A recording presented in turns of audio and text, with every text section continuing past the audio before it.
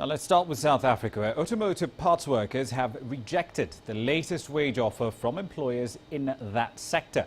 The chief executive of the retail motor industry, Jackie Olivier, told SAFM radio that they had offered to raise salaries by 10% in the first year and 8% in the next two, but that offer was rejected. Olivier defended the wage offer, describing it as very reasonable under the current economic conditions, and expressed quite a bit of disappointment with the feedback they've gotten from the union.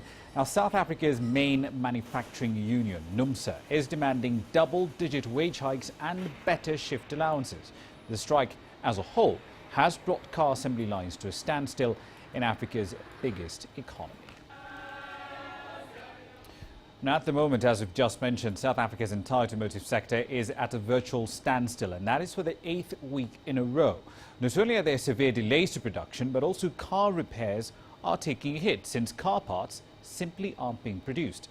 CCTV's Sumitra Naidu has the details. The automotive industry has in the last decade received ongoing foreign investment and created thousands of jobs, making it one of the most important sectors of the South African economy. But the industry's future is now being questioned, as a month-long strike has brought operations at several of the country's automakers to a complete standstill. Production lines are now facing a 2-month backlog. We lost nearly 8,000 cars in the NBF strike, which obviously affected our industry directly, and we've now lost subsequently another 5,000 cars during the component industry strike. BMW South Africa this week announced that its Roslyn plant, which makes the BMW 3 Series, is no longer being considered by its parent company in Germany for the manufacture of its newest model. If the car maker had landed the contract, it would have been built alongside the 3 Series. The chance that we stood was a good one, and if we had won that contract, we already run at full capacity 24 hours a day, we would have certainly had to have added jobs, and lots of them. Panel beaters and smaller car repair shops have also been severely affected. We've got a lot of vehicles that are still drivable that we've told the clients to hold on to. So we've got clients out there driving in damaged vehicles. The other problem that I've got is I've got a lot of those parts. I've got 75 or 80% of the parts to do the repair, but I'm waiting for that other 20-25% before I can call the cars in. Panel beaters say they will never be able to make up for lost production and may have to look at job cuts to remain sustainable. We need to cut our staff not by 10% or 15%. We actually need to cut our staff down to 25 or 30% of the current levels because we cannot afford to carry on like this. BMW recently won a new contract to supply China. It also exports to Japan and the United States. But the German car maker is concerned that the strikes, which have become an annual occurrence, is further damaging investor confidence. It damages our reputation with our customers in our export markets like the USA and Japan, but I think more importantly it damages the reputation of South Africa as a reliable destination for export volume. It's estimated the motor industry has lost over 60 billion rand. According to the latest data, export sales fell 75% in September. Overall domestic sales fell 1.5%. It paints a rather grim picture of an industry that employs over 100,000 people in manufacturing and components and over 200,000 people in retail and after sales. The concern now is that many of these jobs will be lost as a result of this ongoing strike. Sumitra Naidu, CCTV, Johannesburg. Now, CCTV, Sumitra Naidu has been keenly following developments in South Africa. She joins us now live on the line from Johannesburg in South Africa. The auto sector workers and employers are meeting yet again today. What was the outcome from the meeting? Well, Rama, as I understand, last-minute talks are still ongoing this evening as we speak now, and it's hoped that there would be some resolution from that meeting taking place. But earlier today, the unions made clear that it will not back down, even though the motor industry and some other quarters have warned of serious consequences if the strike continues. As you saw in my report, some repair shops say they will have to cut jobs. Indeed, you also spoke in your report about the risk, of course, that has been brought along by this protracted strike on South Africa's perception as an investment destination. What decisions are being made in boardrooms in South Africa's car makers right now? Well, I can tell you the strike has been extremely damaging for the motor manufacturing industry and for the country as a whole. As you heard, BMW has lost a chance to manufacture a new line of vehicles. According to some sources, it's a 4 Series coupe that's coming online, and BMW was bidding for that contract but has now had to pull out because of the strike. And this directive came from Germany. It's a huge loss for BMW South Africa. But I think for investors all round, I mean, labor strife in South Africa has become part of the landscape, and every year, even though the motor industry and every other sector prepares for this sort of action, it does seem to be getting longer. Every year it's being accompanied by violence, and these are huge concerns for investors. So really, it's just not sitting well. Indeed, we'll have to leave it there for the time being. Thank you very much for that. That's CCTV Sumitra 92 live in Johannesburg, South Africa. Quite a few concerns, of course, coming through, especially with respect to the impact these strikes may have on South Africa's perception as an investment destination. Now, further up in the continent, Zimbabwe will be sticking to the International Monetary Fund monitoring program. That's according to its finance minister, Patrick Chinamasa. The country started an IMF-led staff monitoring program in June, and if this program is successful, Zimbabwe should be able to clear about $10 billion in external debt and have access to new credit lines from international lenders. Now, the minister will be travelling to Washington this weekend to assure IMF and World Bank officials over there that Harare will continue with the program that's set to run all the way through to December. Now, Zimbabwe, of course, is expected to implement a raft of economic reforms under this IMF staff assessment program. The country is still emerging from a decade of economic decline and some brutal rounds of hyperinflation. Its economy is still quite shaky following the elections in July, which ended with an extension to President Robert Gabriel Mugabe's 33-year stint in power. Still in Zimbabwe, the relationship between white farmers on one hand and the government on the other does continue to be characterized by suspicion and mistrust ever since President Mugabe started a land redistribution exercise in the year 2000. He has long accused white farmers in Zimbabwe of funding the opposition MDC. As CCTV's Farai Makutua reports from Harare, however, the spotlight now has turned back on that very fractious relationship, especially now that Mugabe's ZANU-PF party has regained full control of government. Mugabe swept to victory in the July 31st elections on the back of promises to empower black Zimbabweans through the acquisition of foreign-owned assets. That has raised concerns that the country's remaining 200 white farmers could be targeted again. This week, the Lands Ministry commissioned an audit of all farms in Masvingo province amidst reports that some blacks are being used as fronts by white farmers. The Commercial Farmers Union, however, says the law is on its side. Under the new Constitution and the Bill of Rights, we have a secure future in this country. And we need to appeal to government to ensure that that is indeed the case. And to that end, we will work together to try and redevelop and restructure commercial agriculture, on the back of which secondary industries can be re-established. The manufacturing sector has been the worst affected by the drop in agricultural production over the past decade. Operating at just 40% capacity, this is one of the key industries both farmers and government hope to boost. We need to really reverse the deindustrialization of this country to create employment at a huge scale, and there's no industry that can do that as agriculture can do.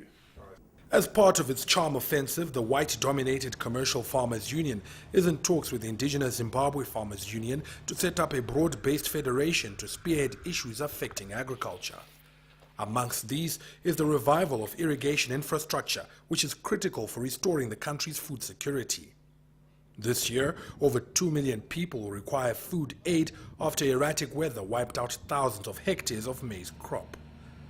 Farai Makutua, CCTV, Harare, Zimbabwe. Let's expand this conversation and get a preview of what might happen, at least on the other side of the pond. CCTV's Daniel Rangers is live in Washington right about now. Daniel, for quite a while, Zimbabwe has been an international pariah. So how did this re-engagement with the IMF come about? I think it's because the IMF had detailed discussions with the Zimbabwe authorities who were persistent, and they convinced the IMF that they were implementing the necessary reforms to start to turn the country round, including the way it managed its debt, the way it restructured its financial system. And so they decided that there was enough there, that they felt confident enough in the reform process implemented by the Zimbabwe authorities, that there was a platform to go forward and potentially down the road pay off those debts and implement some fairly strong structural reforms. That being said, they were also mindful of the fact that Zimbabwe still had a lot of challenges to go, and that's why we have this period of monitoring which will lead up to December, and then after that maybe there will be the opportunity to once again dip into the IMF coffers. Indeed. Speaking of the IMF's coffers, the guys on the board, of course, are representing the United States, the EU and the UK. And we've seen those three parties have very different approaches with regard to their specific sanction policies on Zimbabwe. Will those differences in the sanction policies and their views on Zimbabwe's government then translate to any future lending that we might see from December onwards, assuming Zimbabwe is successful with its current reform program? Well, the IMF and the World Bank have been famously criticized for being too political in the way of the West. The US does have the largest quota. The EU also has a very large quota. So they do have undue influence, as it were, on the system and structure of management. But on the other hand, there's been a very thoroughgoing effort on the part of staff at the IMF and the World Bank to make sure that it's not seen that they make decisions merely on their own political interests, that they do so in the interests of the region and in the interests of the countries. And so I think you've seen a reluctance on the part of the IMF to weigh too heavily on the issues, sanctions, and on the political structures that there are there.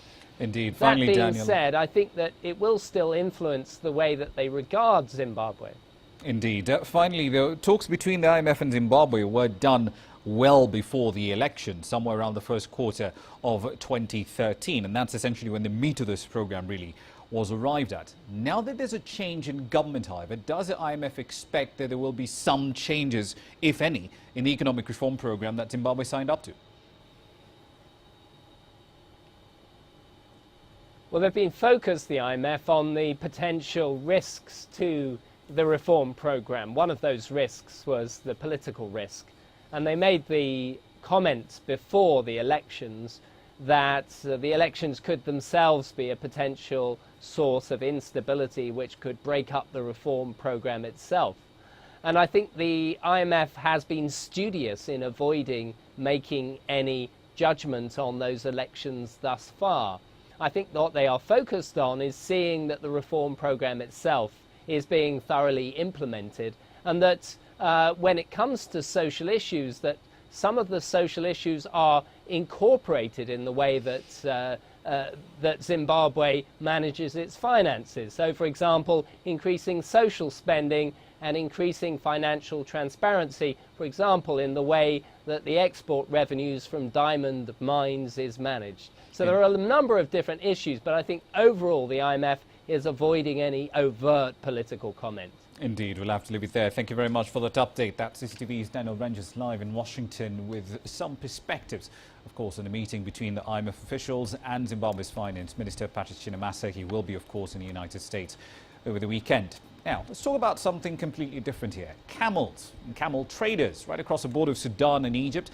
They're among the casualties of the unrest in central Sudan. Merchants near Drao, near Egypt's southern city of Aswan, say the violence in Sudan has stopped caravans from making the journey north, and that in turn has sent camel prices through the roof. And we're not joking over here. For generations, you see, herdsmen have driven their camels north across the Nile from Sudan to southern Egypt, where they then find their way onto livestock markets throughout Egypt. But after demonstrations erupted against the Sudanese head of state, Omar Hassan al-Bashir, over subsidy cuts about 10 days ago, the flow of camels to Egypt has been cut quite a bit. The number of camels arriving in markets like Drao has nearly halved, according to merchants there, and that in turn has raised prices per head to nearly 18,000 Egyptian pounds. That's roughly $2,500 per animal.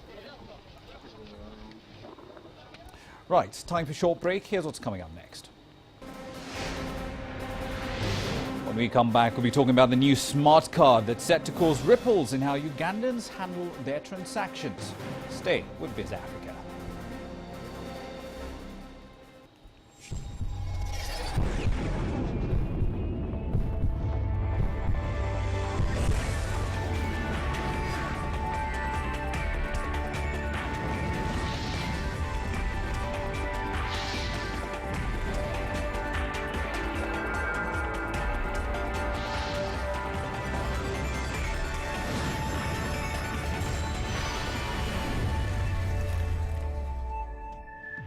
BizAsia. Asia means business.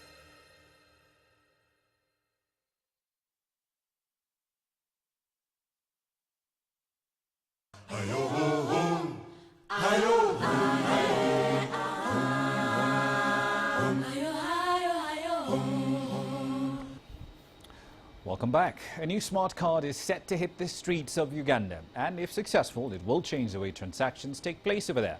The Imara smart card, as it's known, targets mobile phone users who want to buy goods and services, but you don't want to use cash, checks or credit or debit cards. With the details, here's CCTV's Peter Akaba. The Kampala-based technology pioneers Albert Aguta and Alan Kajura lead the team that has developed this proudly Ugandan technology. Based on Android smartphone technology, the Imara mobile wallet is integrated on mobile payment services, which will help create a cashless society. Their company is known as the Aguta Group.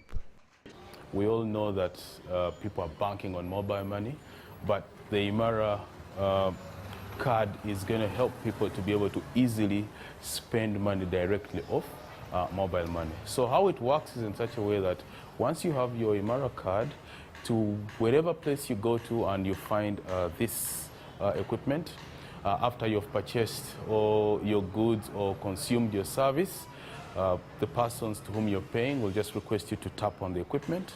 And once you tap on that equipment, you'll get a prompt on your phone asking you to authorize a transaction of a certain fee depending on what you have consumed. According to the company, customers are only required to register their phones with any network service provider in Uganda.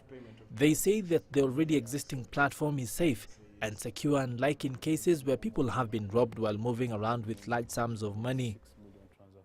So for somebody to be able to take anything away from you as far as your mobile money is concerned, they must have your card, they must have your phone number or your phone for that matter, which at the point of using, then they will have to have your PIN onto which they can be able to enter the details of your transaction. In its initial stage, skepticism was cast on whether or not the innovation would compete with banks. It is not necessarily a competing innovation with the banks. We are only innovating on already an existing platform, which is the mobile money platform. Customers attest to the innovativeness of the product, especially not having to keep cash on them for transactions. The Imara is a good innovation, but it will save us the burden of having to work with cash to selected to supermarkets, even shopping malls, because this time we'll be moving the Imara card. Just like in many other places in Africa, innovative products continue to be in ascendancy in Uganda, tapping into the country's large unbanked population and surpassing the number of traditional bank accounts, of which there are now around 3.6 million. Peter Akaba, CCTV. Now, let's move on to South Africa. The country's president, Jacob Zuma, has signed the Transport Laws and Related Matters Amendment Bill of 2012 into law. More commonly, however, it's known as the E-Tolls Act, and that legislation has faced broad-based resistance from labour and business all the way from its inception. With more, here's CCTV's Angelo Coppola. The announcement that the president had signed the bill into law was made while he was attending the UN General Assembly meeting in New York this week. It was not well received. The fundamental point for us is that it doesn't make any difference to our campaign of opposition to e-tolling. The legislation is a technical matter to tie up some loose ends in the law, and our objection was never primarily the legality of e-tolling, but it was a matter of political principle. The timing of the President's signature of the bill has been seen by some sections of the community as being disingenuous. Opposition political parties were surprised, suggesting that the implementation of the Act could hurt the ANC in next year's elections. One group, however, has vowed to continue the legal challenge, with public and business donations. Well, we're going to wait for the judgment. That'll take a few weeks from the Supreme Court, and only then can we react, can we decide what to do. If it goes in our favour, well, then there's a serious issue with the Act. If it doesn't, on a technicality, then we need to weigh up what our options are then. Fundamental moral issues cannot ultimately be resolved in a court of law, and they are appealing that this whole engagement needs to take place, but with the society at large over the deep level issues of concern, which are about how much of this money from these e-tolls would go offshore. Some see the timing of the signature as a shrewd political move, as one of the leaders of COSATU is currently in a legal battle with the Federation's leadership. Regardless of the outcome of the political battle, there's no question that many consumers in Johannesburg, the business capital of South Africa, probably won't pay their tolls. What is certain, though, is that this fight is far from over. I'm Angelo Coppola for CCTV in Johannesburg. Sorting matters of public transport in South Africa. Let's move on to the markets now. The watchword really for the day is all about recovery. The numbers you're about to see are significantly different from what you saw earlier. Nigeria, for example, at 1000 GMT was firmly in the red. It ended the day high, however, recovering from all the losses you'd seen earlier on, up by about a quarter. Pretty much the same story really in South Africa.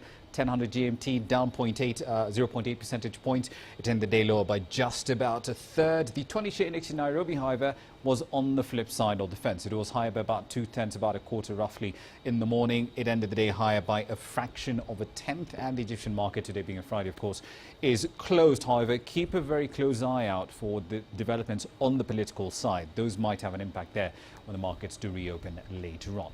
That's business for you, 1750 GMT. On to sports now with Penina.